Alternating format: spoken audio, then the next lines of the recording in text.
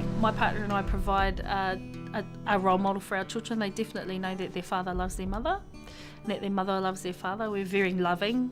We don't hide, our loving from them. We're always cuddling and, always cuddling up on the couch watching TV and stuff, so they see that. They always cuddle up with us as well. Jason's very loving with our kids. My dad was my hero. And that's another factor, is that, I don't know whether you would call it role models, but it's about, if you've got a really good example to follow, why the hell not?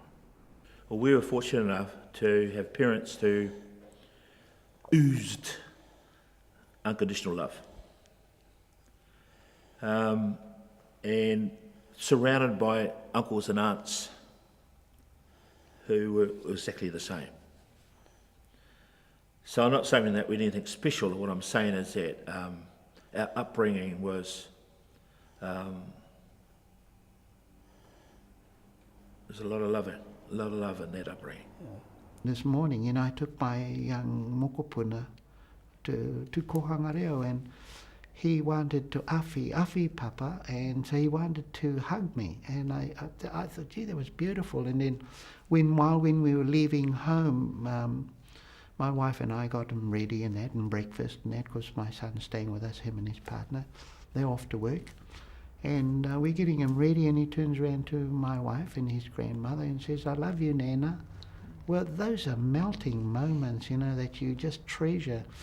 But I say we should be using those words, because I say to him continually, "I love you, my mokopuna." And I say to my wife, "I love you." And I think some people are frightened of those words. Why can't we use those words, "I love you"? And we only think of love as an outward expression, and some people think of, well, it's sex and everything else, but it's not. It's about our real deep relationships of respecting each other. If you build a wraparound service around them, then they will grow up knowing basically what to do. Because when they're ready to fly away from the nest, they should be strong enough, because, see, as they grow up, you're providing everything for them. So you just imagine you're wrapping around, so you put the quarter wire around them, and every layer of that quarter wire is a service. So you take care of their health needs, the education, you provide the food for sustenance, shelter, protection, and all that. So when they're old enough to leave the nest, then they will be strong. They will take their korowai with them. They will know how to live life. As my children have got older, and I've reflected on their childhood, and I've begun to see the gaps, the inadequacies of me as a mother. I was a single parent, but really had a lot of enormous support from my parents and from my sister mainly in raising my children. But you see the gaps, you look back and you think, oh, if I'd spent more time here, if I'd done a little bit more there, if I'd even been interested in any way at all in their schoolwork, that sort of thing. I might have a PhD scholar, but I've got 3 children who I really, really like. And I would like them if they weren't my children. That's kind of like, for me, the measure is they are. And when I talk to them about my perceptions of their childhood, they feed back very, very different perceptions.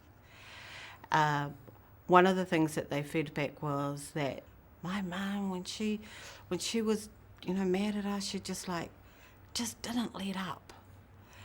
And it was like point by point by point what it was that I didn't like about that particular behaviour, and what I expected to see as an alternative to that behaviour, and time frames for the changes, and I notice with them that they don't do exactly the same with their children, because they're a lot more patient, a lot more tolerant, a lot more loving.